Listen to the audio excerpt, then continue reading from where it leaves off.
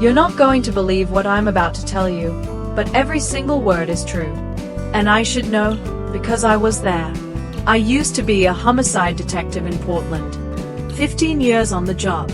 I've seen it all: decapitations, ritual killings, gang slayings, people torn apart in ways you only hear about in nightmares. But nothing, and I mean nothing, has ever stuck with me like the skin carver. That's what we came to call him. It all started with a body dumped behind an abandoned factory on the east side. Young woman, mid-20s. Pale skin turned gray-blue in the rain. But it wasn't the cause of death that chilled us. No, it was what was carved into her back. A message. A sentence etched like someone had taken their time, slicing letter by letter. She lied. Now she's honest forever. The wounds were clean, precise, almost surgical. Whoever did this wasn't just deranged, they were practiced. That kind of precision takes patience, control, intelligence. We thought it was a one-off, a psychotic episode, maybe a jealous lover. But then another body turned up 3 days later. Different part of town. Male, this time. Same age range. Same clean wounds. But a new message. He watched, but did nothing. By the third victim, the media caught wind. That one hit harder. A high school teacher, found in his own backyard. On his chest, carved so deeply it scarred the ribcage beneath. Your silence was a choice. 3 victims. 3 messages. 3 acts of judgment. See, this guy, he wasn't just killing. He was condemning. He saw himself as judge, jury, and executioner, leaving behind his verdict in the victim's skin. And then the messages started changing, becoming more personal. The 4th body, found hanging under a bridge, chest split open like a display in a butcher shop. The message said, "You failed them, just like I was failed." That one shook us, because it wasn't about the victim. It was about him. He was slipping up, showing emotion, and that gave us something to work with. We brought in every profiler, forensic linguist, body trauma expert, hell, even some damn poets. We broke down every word, every phrase, looking for patterns. Then one night, something happened that made it all worse. A letter arrived at my precinct. No return address. No fingerprints. Just a sheet of human skin. Tanned, dried, and neatly folded like parchment.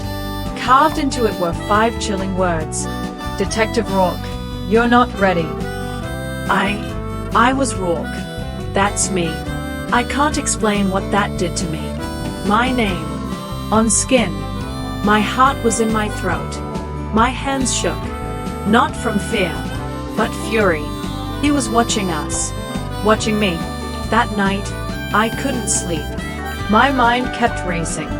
How long had he been tracking us? What did he mean I wasn't ready? 2 days later, he escalated again.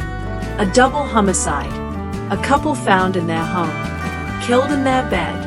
Back to back. Like they'd been spooning. Both with identical phrases carved across their abdomens. Love is the first lie. That's when I realized he wasn't just punishing sins. He was telling a story. His story. Piece by piece, corpse by corpse. We combed through every unsolved murder case with signs of message carving. Cross-referenced mental hospital releases, dishonorably discharged soldiers, ex-surgeons, tattoo artists. Nothing panned out. Until a rookie found a cold case from 15 years ago. A young boy, 10 years old, survived a house fire. His parents died. But there were strange injuries on the bodies. Not just burns. Carvings. And the boy. He refused to speak after that. Ever. The kid's name was Elias Carver. I know, poetic. Right? The skin carver. He disappeared from the system 5 years later. Group home said he just ran away. No one followed up. The system failed him. We all did. I knew, in that moment, he was telling us that. Through every victim. Through every cut. So I made a choice. One that probably ended my career. I went on national television. Called him out. Said his name. Elias Carver. I said, I know who you are. Come find me.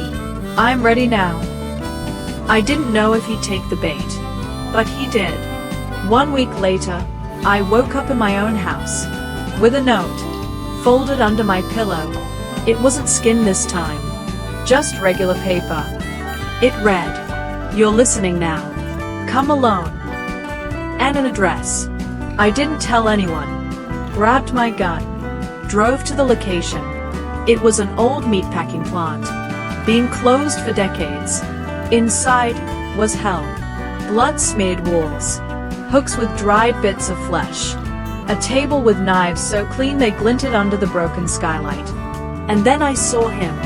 Elias. Mid-30s. Gaunt. Eyes like bottomless wells. He wasn't armed. He didn't run. Just stared at me, like he was waiting. "I've been waiting for you," he said. "You finally listened." I asked him why. Why carve the messages? Why the horror? Why the spectacle?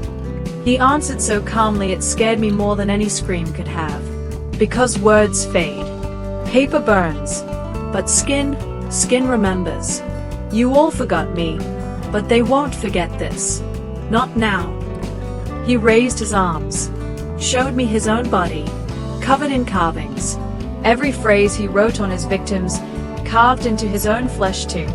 Like a journal written in scars. He stepped toward me. Slowly. "Now carve yours. Leave your mark. Or I'll leave it for you." I froze. My gun raised. But I couldn't shoot. He was crying. Real, silent tears. "I just wanted someone to understand," he whispered. In that moment, I realized something horrifying. He didn't want to escape. He wanted to be remembered. So I cuffed him. And as I read him his rights, he smiled. "Now they'll listen," he said. "Now they'll all see what's written beneath." He never resisted. Never confessed. Never spoke another word after that. He just sat in his cell, carving. When he died, slit his own throat with a piece of glass, there was one final message carved into his chest.